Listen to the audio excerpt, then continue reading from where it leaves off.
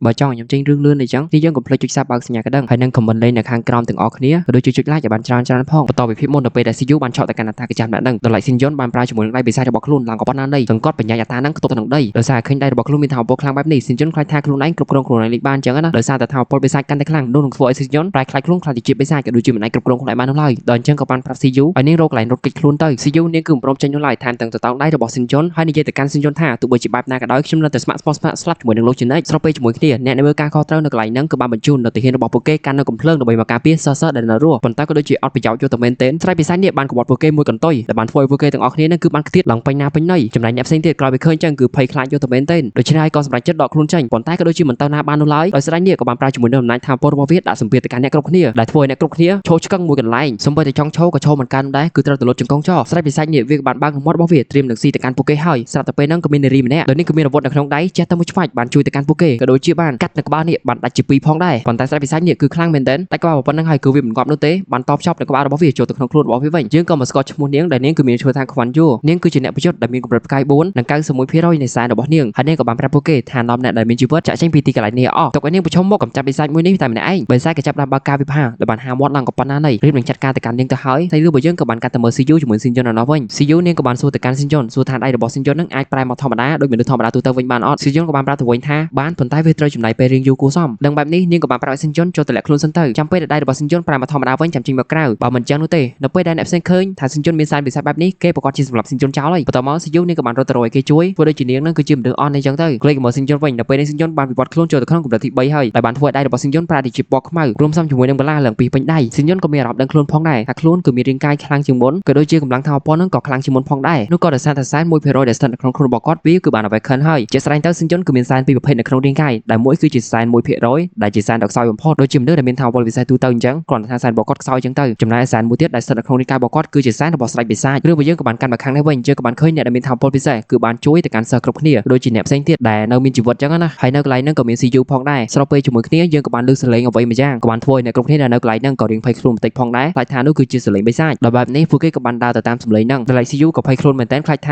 ាពួកគេរកឃើញស៊ីនយ៉ុននៅក្នុងរឿងជាបិសាចអញ្ចឹងទៅក៏បារម្ភខ្លាចថាគេនឹងកម្ចាត់ស៊ីនយ៉ុនអញ្ចឹងទៅប៉ុន្តែអត់អីទេនៅពេលដែលគេទៅអើទៅតាមសំឡេងហ្នឹងក៏បានឃើញថានោះគឺជាស៊ីនយ៉ុននោះទេហើយនៅពេលនេះស៊ីនយ៉ុនក៏បានប្រែខ្លួនខ្លាចជាមនុស្សធម្មតាវិញហើយក្រោយមកអបិមេក្រុមម្នាក់នេះក៏បានទៅប្រាប់ទៅខាងថ្នាក់លើដែលត្រូវជាប្រធានដែលបានប្រាប់ទៅកាន់ពួកគេថានៅពេលនេះក៏បានរកឃើញសិស្សដែលនៅរស់រានមានជីវិតគឺមានចំនួន5នាក់នៅពេលនេះពួកគេគឺនៅតំបន់សុវត្ថិភាពហើយក៏เลยទៅមើលស៊ីនយ៉ុនក៏បានប្រាប់ទៅកាន់ CU ថានៅពេលនេះរាងកាយរបស់គាត់គឺត្រូវបានជាសះស្បើយអស់ហើយបន្ទាប់មកក៏គិតក្នុងចិត្តអំពីរាងកាយថ្មីរបស់ខ្លួនដោយការវិវត្តចូលទៅក្នុងកម្រិតទី3បែបនេះធ្វើឲ្យឆ្អឹងរបស់ស៊ីនយ៉ុនប្រែពីពណ៌សទៅជាពណ៌ខ្មៅក៏ដូចជាមានថាវពលនឹងក៏ខ្លាំងជាងមុនផងដែរទោះបីជាថាវពលនិងសមត្ថភាពរបស់ស៊ីនយ៉ុនបានកើនឡើងបែបនេះក៏ដោយក៏ស៊ីនយ៉ុនដឹងខ្លួនឯងផងដែរថាខ្លួនឯងគឺមិនអាចកម្ចាត់នៅស្រ័យវិស័យនេះបានឡើយក្លេទៅមើលចែកខ្វាន់យូរឯណោះវិញដែលនាងក៏បានប្រើនៅអាវុធរបស់នាងហក់ចូលទៅវាបហាទៅកាន់ស្រ័យវិស័យនេះដែលបានធ្វើស្រ័យវិស័យនេះបានដាច់ក្បាលជាច្រើនកំណាត់ហើយស្រ័យវិស័យនេះក៏បានងាប់បាត់ទៅបន្ទាប់ពីនោះទោះឲ្យប្រពន្ធយើងគាត់ក៏បាននិយាយពីវិស័យជាច្រើនដែលស្ថិតនៅក្រោមដីដែលមនុស្សភាគច្រើនមិនអាចស្វែងយល់បាននោះឡើយហើយក៏មិនដែលដឹងថែមទៀតថាមានពពួកវិស័យជាច្រើនដែលកំពុងតែស្ថិតនៅខាងក្រោមជើងរបស់ពួកគេគឺនៅក្នុងដីនឹងឯងដោយវិស័យទាំងអស់នោះគឺសុទ្ធតែខ្លាំងនិងសាហាវទាំងអស់មិនមែនដូចជាវិស័យទូទៅដោយអាចអចាយនោះឡើយគឺសុទ្ធសឹងតែជាវិស័យដែលមានកម្រិតខ្ពស់ទាំងអស់ស៊ីនយ៉ុនក៏សច្ចាថានឹងធ្វើការកម្ចាត់នៅពពួកវិស័យទាំងអស់ដើម្បីការពារពិភពលោកឲ្យតទៅបានទោះបីជាលះបង់ជីវិតរបស់ខ្លួនក៏ស៊ីនយ៉ុនព្រមផងដែរបន្ទាប់មករឿងរបស់យើងក៏បានកាត់មកដល់នៅក្នុងអំឡុងពេលដែលពួកគេបានដើរចាក់ចេញពីសាលានៅទាំងអស់គ្នាដោយការធ្វើតេស្តសាកល្បងនៅពេលហ្នឹងគឺបានចប់ហើយកំពុងតែដើរសោកស៊ីយូនេះក៏បានសួរទៅកាន់ស៊ីនយ៉ុនសួរថាស៊ីនយ៉ុននឹងមានបានលួចមើលស្រីស្អាតផ្សេងៗអត់ស៊ីនយ៉ុនក៏បានតបទៅវិញថាគ្មានស្រីណាដែលស្អាតជាងស៊ីយូនោះឡើយចូលមកដល់រឿងសាច់ការវិញស៊ីនយ៉ុនក៏បានប្រាប់ទៅកាន់ស៊ីយូថានៅក្នុងរយៈពេល1ឆ្នាំទៀតពពួកបិសាចប្រកាសជាមានការវិវត្តខ្លាំងជាងមុនជាមិនខានដូច្នេះហើយពួកយើងក៏ដូចជាស៊ីយូនឹងគឺត្រូវតែវិវត្តខ្លួនចូលទៅក្នុងកម្រិតផ្កាយ5បន្តទៅបានដើម្បីជួយសង្គ្រោះនឹងការពីពិភពលោកស៊ីយូក៏សួរទៅកាន់ស៊ីនយ៉ុនថាចុះអ្នកដែលមានថាវពលពិសេសបច្ចុប្បន្នមិនអាចតបតល់ជាមួយនឹងបិសាចក្នុងរយៈពេល1ឆ្នាំទៀតបានទេមែនស៊ីនយ៉ុនក៏បានតបប្រាប់នាងវិញថានៅក្នុងរយៈពេល1ឆ្នាំទៀតនោះនាងនឹងដឹងដល់ខ្លួនឯងហើយស៊ីនយ៉ុនក៏ណែនាំទៅកាន់ស៊ីយូថាខំប្រឹងហ្វឹកហាត់ឲ្យខ្លាំងទ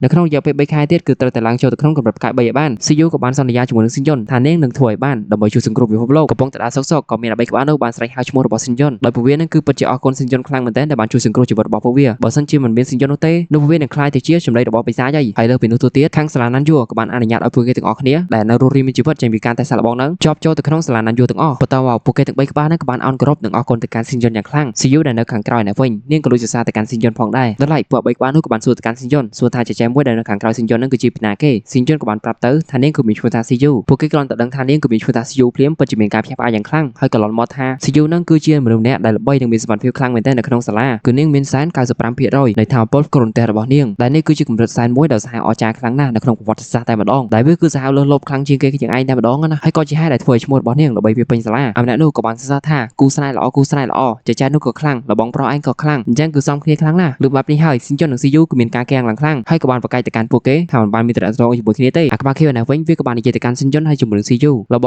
ងមុនពេលដែលយើងបានចូលមកក្នុងសាលានេះបានយ៉ាងពេញលេញបែបនេះពួកយើងក៏បានឆ្លងកាត់ឧបសគ្គជាមួយគ្នាជាច្រើនដោយក្នុងនោះឧបសគ្គដែលយើងបានឆ្លងកាត់តាំងពីការចោះឈ្មោះចូលរៀនដំបូងតាំងពីការប្រយុទ្ធប្រឆាំងជាមួយនឹងបិសាចក្នុងរយៈពេល3ម៉ោងហើយក៏ជួបជាមួយនឹងបិសាចនេះដ៏សែនធំទៀតផងនិយាយរួមទៅរឿងទាំងអស់ហ្នឹងយើងបានឆ្លងកាត់ជាមួយគ្នាច្រើនខ្លាំងណាស់ហើយបើតាមខ្ញុំដឹងនៅពេលដែលយើងបានជាប់ឈ្មោះចូលក្នុងសាលាណាន់យូនៅក្នុងកម្រិតឆ្នាំទី1បែបនេះនោះខាងសាលានឹងឲ្យពួកយើងចាប់រកគ្នាបង្កើតជាក្រុមមួយអញ្ចឹងហើយសរុបន័យឲ្យខ្លីទៅតែខ្ញុំអាចសុំបងឯងចូលរួមក្រុមមួយគ្នាបានអត់អាគាត់នោះដែលមានការដឹងគុណទៅកាន់ស៊ីនយន្តយ៉ាងខ្លាំងវាក៏បានស្រែកសម្លុតទៅកាន់មួយដឹងសិនដីគេពួកយើងគ្រាន់តែជាសិស្សដែលមានសមត្ថភាពកាក់ការតែប៉ុណ្ណោះហើយការដែលយើងបានជាប់នៅក្នុងការតេស្តសិលបងនេះក៏ដោយសារតែបងស៊ីនយន្តបានជួយផងដែរអញ្ចឹងហើយពួកយើងគឺមិនស័ក្តិសមក្នុងការចូលរួមក្រុមជាមួយនឹងបងស៊ីនយន្តនោះទេចូលទៅដល់ទៅដៃទៅជើងគាត់នោះទេហើយពួកអភិបាលហ្នឹងក៏បានចាប់ផ្ដើមឆ្លោះប្រកែកគ្នាអញ្ចឹងទៅស៊ីនយន្តដែលឃើញបែបហ្នឹងក៏បានចូលព្រមឲ្យពួកវាហ្នឹងចូលក្រុមជាមួយនឹងខ្លួនហើយស៊ីនយន្តក៏បានប្រកាន់ជាមួយនឹងសមត្ថភាពរបស់វាខ្លាំងឬខ្សោយឯដែរសង្ឃានបំផុតឲ្យតែមានចិត្តស្មោះសរជាមួយនឹងគ្នានៅក្នុងមិត្តរួមក្រុមទៅបានហើយពួកប្រមាណគាត់ហ្នឹងក៏សប្បាយចិត្តខ្លាំងមែនទែនព្រោះថាបានចូលរួមក្រុមជាមួយនឹងអ្នកខ្លាំងហើយការចូលរៀននៅសាលាហ្នឹងគឺត្រូវប្រកួតប្រជែងគ្នាជាក្រុមបន្តមកទៀតរឿងរបស់យើងក៏បានកាត់ទៅដល់នៅពេលដែលពួកគេបានដើរចូលទៅក្នុងថ្នាក់ជាលើកដំបូងដែលពួកគេទាំងអស់គ្នាហ្នឹងគឺសុទ្ធតែជាសិស្សនៅឆ្នាំទី1ទាំងអស់គ្រាន់តែចូលទៅដល់ក្នុងព្រាមពួកគេពិតជាមានការភ្ញាក់ផ្អើលយ៉ាងខ្លាំងដោយសារបន្ទប់ថ្នាក់ហ្នឹងគឺធំខ្លាំងណាស់ចំណែកលោកគ្រូនៅវិញក៏បានណែនាំខ្លួនថាខ្លួនគឺមានឈ្មោះថាហ្វូលៀងហើយក៏បានប្រាប់ទៅកាន់សិស្សគ្រប់គ្នាថាខ្លួនគឺនឹងបង្រៀនសិស្សគ្រប់គ្នាក្នុងរយៈពេល1ឆ្នាំហើយបើឆ្នាំក្រោយទៀតក៏មិនដឹងថាអាចនឹងជួបគ្នានឹងបរិញ្ញាទៀតដែរហើយក៏និយាយអំពីការតេស្តសិលបងដែលពួកគេបានឆ្លងកាត់សិស្សណាដែលបានចេញពីការតេស្តសិលបងហើយនៅតែមិនអាចដាក់កម្រិតថាវត្តរបស់ខ្លួនបានទៀតនោះគាត់នឹងមិនដឹងចេញពីថ្នាក់ក៏ដូចជាចេញពីសាលាមិនឲ្យរៀនទៀតនោះឡើយហើយក៏សួរសិស្សគ្រប់គ្នាសួរថាណាគេខ្លះដែលមានសែនក្រោម 50% សិស្សដែលមានក្រោម 50% ក៏បានលើកដៃអ្នកខ្លះក៏មាន41អ្នកខ្លះក៏មាន39អ្នកខ្លះក៏មាន38អីចឹងទៅហើយគ្រូក៏និយាយបន្តទៀតអាសិស្សខ្សោយដែលមានសែនក្រោម 50% បើនៅក្នុងរយៈពេល1ឆ្នាំការរៀនជាមួយនឹងគ្រូមិនមានការដាក់ថាវពលអ្វីនោះទេនោះគាត់នឹងមិនដឹងចេញពីថ្នាក់នឹងមិនឲ្យចូលរៀនទៀតនោះឡើយសិស្សផ្សេងៗទៀតក្រោយពីលឺចឹងក៏បានសាយចង្អុលទៅកាន់អាគាត់នឹងតែម្ដងលោកគ្រូក៏និយាយបន្តទៀតនៅក្នុងថ្នាក់មួយនេះក៏មានសិស្សស្រីម្នាក់ដែលនាងគឺមានសែនសាហាវខ្លាំងមែនទែនគឺ 95% សែននេះគឺជាសែនដ៏សាហាវជាងគេបំផុតនៅក្នុងប្រវត្តិសាស្ត្រហើយសិស្សគ្រប់គ្នាដែលបានលឺចឹងក៏មានការភ្ញាក់ផ្អើលយ៉ាងខ្លាំងនាំគ្នាដាក់ភ្នែកសន្លឹងទៅកាន់ស៊ីយូគ្រប់គ្នាហើយនៅក្នុងថ្នាក់ហ្នឹងក៏មានសែនដ៏ខ្សោយបំផុតនៅក្នុងប្រវត្តិសាស្ត្រផងដែរគឺមានសែនត្រឹមតែ1%តែប៉ុណ្ណោះហើយសែនត្រឹមតែ1%អញ្ចឹងក៏មិនខុសពីមនុស្សធម្មតានោះឡើយនិយាយបែបនេះហើយគាត់ក៏បានហៅនៅសិស្សម្នាក់ហ្នឹងឲ្យក្រោកឈរឡើងសិស្សគ្រប់គ្នាលឺចឹងហើយក៏ឆ្ងល់ខ្លាំងណាស់អាណាគេដែលមានសែនខ្សោយចឹងស៊ីញក៏បានក្រោកឈរឡើងសើចប្រាប់គ្រប់គ្នាថាខ្ញុំនេះហើយគឺជាអ្នកដែលមានសែន1%ហើយរូគេក៏បានដាស់នៅកម្រិតថាវពលរួចហើយដែលជាថាវពលលោហៈធាតុអាគាត់មួយដែលនៅខាងក្រោយសឹងតែមិនជឿនឹងភ្នែកនោះឡើយថាស៊ីញគឺមានសែនដ៏ខ្សោយបំផុតលោកគ្រូក៏បានលើបែបហ្នឹងហើយក៏បានហៅស៊ីញឲ្យឡើងទៅឈរនៅខាងលើបន្ទាប់មកលោកគ្រូក៏បានបញ្យល់អំពីថាវពលទាំងអស់នៅក្នុងចក្រវាឡទាំងមូលដែលថាវពលទាំងអស់ហ្នឹងគឺមានថាវពលទៅមួយឈើទឹកភ្លើងដីទឹកកកខ្យល់ហើយនិងផ្គររន្ទះក៏ដូចជាអំណាចផ្លូវចិត្តជាដើមហើយថាវពលទាំងអស់ហ្នឹងខ្លាំងខ្សោយគឺអាស្រ័យទៅលើភាគរយនៃសែនរបស់យើងទាំងអស់និយាយបែបនេះហើយគាត់ក៏ចង់ធ្វើតេស្តទៅកាន់ស៊ីញក៏បានកាន់ដៃដ៏ធំមួយកាច់បំលែងវាដ៏តូចបោះឲ្យទៅកាន់ស៊ីញធ្វើតេស្តវាដោយឲ្យស៊ីញហ្នឹងបំលែងវាទៅជាលោហៈធាតុហើយក៏បាននិយាយប្រាប់ទៅកាន់សិស្សគ្រប់គ្នាអ្នកណាក៏ដោយឲ្យតែមានសែនលើពី 90% សុទ្ធតែមានថាវពលខ្លាំងទាំងអស់ហើយសែនគឺដើរតួនាទីយ៉ាងសំខាន់ខ្លាំងមែនទែនដែលបានកំណត់នៅកម្រិតថាវពលរបស់ពួកគេពីណាគេដែលមានសែនភាគរយកាន់តែខ្ពស់នោះកាន់តែខ្លាំងជាឧទាហរណ៍ជាស្ដែងដូចជា CU អញ្ចឹងនាងក៏មានសែន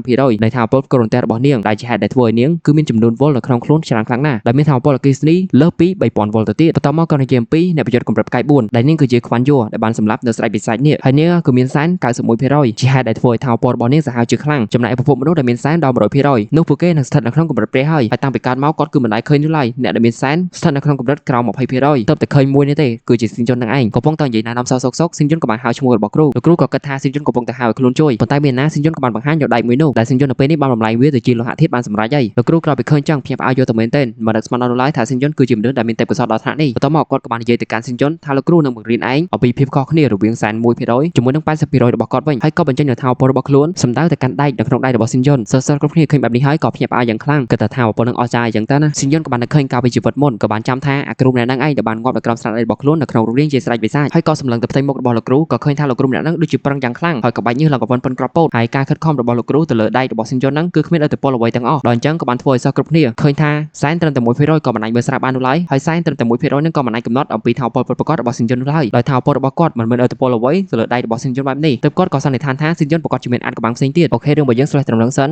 ចាំចុច Sub នៅក្នុង channel ថ្មីរបស់ខ្ញុំផងអ្នកនរគ្នា